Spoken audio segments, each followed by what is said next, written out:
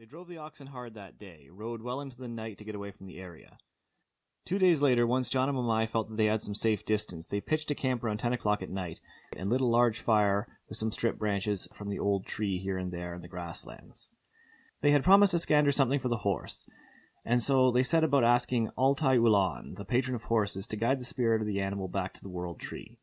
Iskander was not a shamanist, but he would appreciate this gesture. This was important to Erdene, as well as to Lindsay, who had come from a lapsed Christian background and had taken to shamanism since her time with him.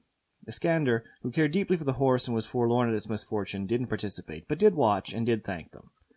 Zanzuki himself was not as spiritual as his wife, and, instead, sat with the men who'd taken an arrow for him. "Did the lady believe the story of the horse?" Iskander asked, sitting in the long grass 200 meters or so from the fire where the women were chanting. "Not for a second," Zanzuki replied with a slight smile. "She's convinced that great outlaw, what's his name, Kimbers, is poised to charge over the horizon any minute with 1,000 riders. But she did appreciate your sentiment." 1,000 riders, grunted Iskander. "Tell her she's reading too much of the tabloids." Zanzuki chuckled. The two men sat in silence for a moment, listening to the distant chants of the women. After a time, Iskander asked him in a quiet voice, "Do you think you'll appear before the Khan himself?" Lindsay was dancing now, half possessed. She had a lovely singing voice. It added nicely to the ceremony. Lindsay moved as though the horse spirit was inside her, flailing her arms about in a rhythmic dance.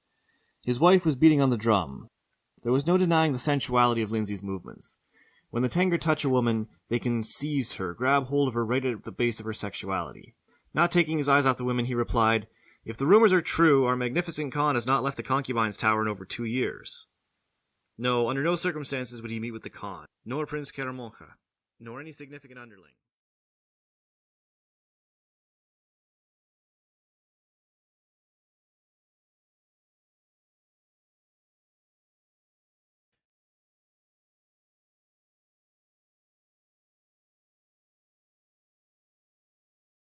It was Emiliana that finished it off.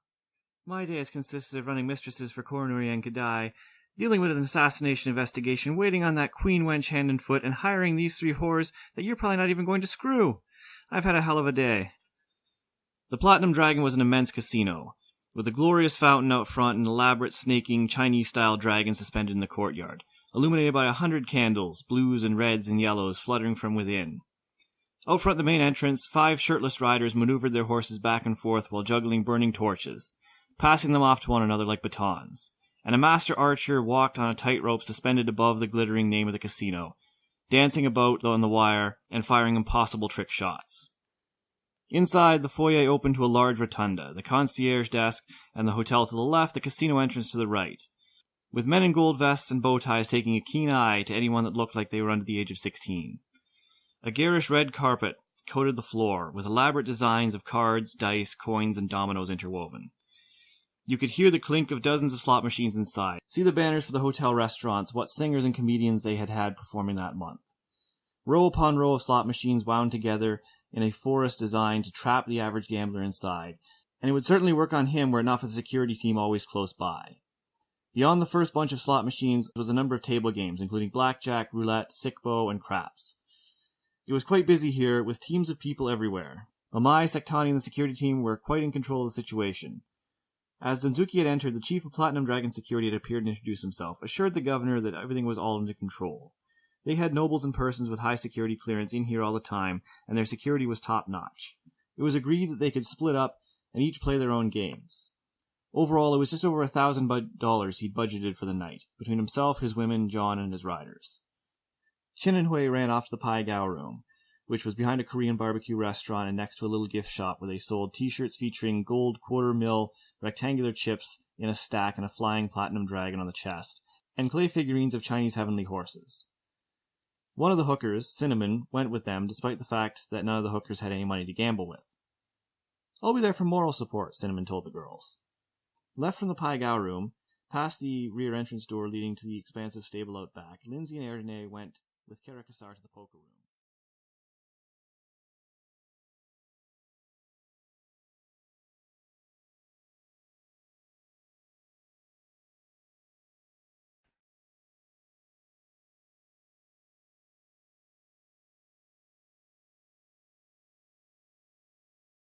I told you it would make your night, said Chin, kissing one of the cards the dealer had dealt. I love you, Chin, he said. Turn. I love you too, Hui. And you three, with your crazy hooker names. I love you girls. Calm down before security throws you out, you dipshit, said John, putting his hands on the governor's shoulders. John, he began, yeah, while you're busy confessing your undying love to me, we just lost $1,000. Indeed, by the time Lindsay and Erdene found their way back from the poker room, he and John were completely broke. By now they were at the sick bow table with their last $20. We were up almost $600, declared Erdene, who'd clearly taken advantage of the free drinks. We were up almost $10,000, he replied, but miraculously didn't care one iota that now only two $10 chips sat in front of him. Chin and Hui were a little loopy from the molly now as well. Both hugged Lindsay as soon as she appeared. Lindsay, squealed Hui, it's going to be so good to have you as a concubine sister.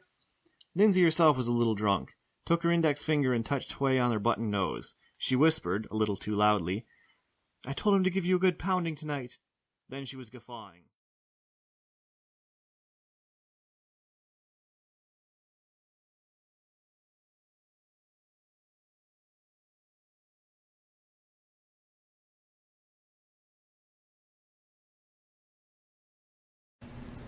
So this is my Halsey novel, which is Dangerous Realms. It's my newest story. It focuses on Lydia Halsey, one of the 4 Halsey siblings. Lydia is the underdog. She was a model in early life, but she's born and become a scholar and eventually a paranormal investigator.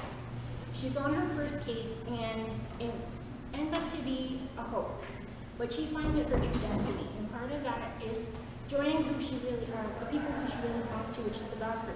So this chapter I'm reading is Frey, who's my main hero, who's gone to look for Lydia, who's left with the Valkyrie, and the only way he can find Lydia is if he follows Lydia's second-in-command, Emmy, who is a bit of a dangerous person. And they've just taken the Kraken, which is Emmy's pet, and Kraken is now leading them to the Valkyrie's safe haven.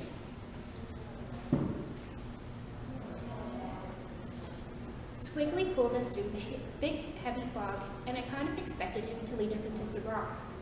Surprisingly, the fog eventually lessened and a small peninsula came into view.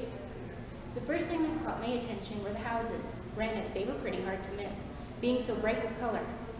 I thought I was hallucinating at first. After all, I'd taken a pretty bad beating from Squiggly. But I wasn't the only one who noticed the houses, for Freya and Vale saw it too. Tobermory, Vale whispered. What's that, Vale? Freya asked, bewildered. It looks like the town of Tobermory, which is famous for having houses that are painted bright colors in Scotland. Oh, I just thought I was hallucinating, Freya muttered. Me too, I agree. Vale laughed as he remarked, I've come to believe the Valkyrie are just born to be different, and I wouldn't have been shocked if it seen something unlike this. Well, when you put it that way, I have to agree with you. Lydia's done nothing but shock me since I first met her, I responded. I sat down hard on the surface again, as I was barely able to keep myself upright. After all, I hadn't slept since Lydia had left Valhalla, and only my determination to keep me moving forward was left. Though I had to say it was quite exhilarating to feel so motivated again. Freya and Vale sat down beside me as we waited for the journey to end. About 20 minutes later, a faint call came from someone who I now recognize as Emmy herself. Hey, tally-ho, Squiggly. What you got there for me? More goodies for Mommy. Oh, go on, lovey. Chuck the rope over so we have a wee look at it, Emmy called. I saw Squiggly chuck the rope, and I felt the boat being shoved near the dock. Adrenaline kicked back in as all 3 of us stood up to see Emmy sitting on the dock with a computer on her lap and a bottle of orange juice beside her. Emmy smiled at us cheerfully as she called to Vale, Oh, hi, love. How are you feeling? Did you bring me any presents? Presents? Are you mad? Do you know what we've been through looking for you, you tiny terror? I swear, just as soon as I mention your name, some dunderhead feels the need to accost me because of something you've done. Not to mention, you could have warned a fella next time you knocked him flat. Hey, sweetie, do you want some orange juice? Emmy asked suddenly as she offered Vale her juice bottle. What? Vale asked, demanding, bewildered by the offer as he walked down the galley plank. Did you know that irritability is the first sign of low blood sugar? Read it in a magazine the other day. Here, have some orange juice. Are you serious? Deadly. I can find the article if you like, she offered him with a smile. Vale took the unopened bottle of orange juice and drank a third of it before he passed it to Freya and I. We both took a drink, and it tasted like the best thing on the planet at that exact moment. Are you feeling any better? Emmy asked her husband. A bit, Vale said grudgingly before he lifted up Emmy and kissed her soundly. A bunch of acri started to mill around before the two of them broke apart. Emmy wrapped her arms around Vale and squeezed him tightly. Hey Vale, she continued, I've got a joke for you. What do you call a cow that doesn't give any milk? A bull, Vale said, responding instantly. No, it's another failure, she responded with a laugh. Vale groaned as Freya and I chuckled before he said, Emmy, that's a horrible joke.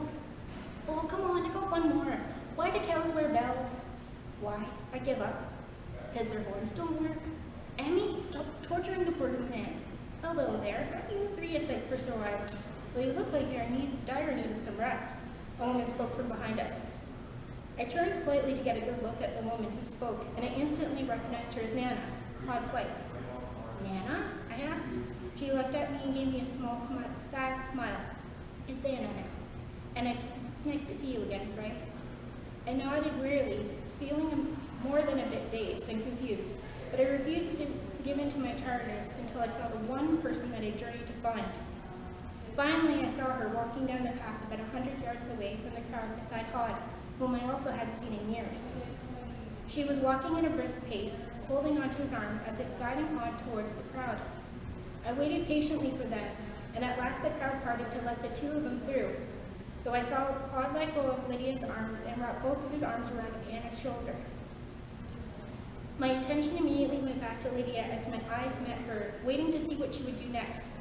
As expected, Lydia did something that I hadn't foreseen as she ran into my arms, hugging me. I hugged her back with the last remaining bit of my strength, as all the emotions I had expected to feel then only relief swamped me at that moment, as I knew that she was truly safe and whole. In hindsight, I never expected anything bad to happen to her while she was with the Valkyries, but it's one thing to expect it and another to see it. I kissed the top of her head and closed my eyes. Lydia, Alaskally, it's so very nice to see you, I murmured to her. With that, all my tiredness, injuries, and everything else caught up to me as I felt myself tumble into a deep, dreamless sleep in her arms.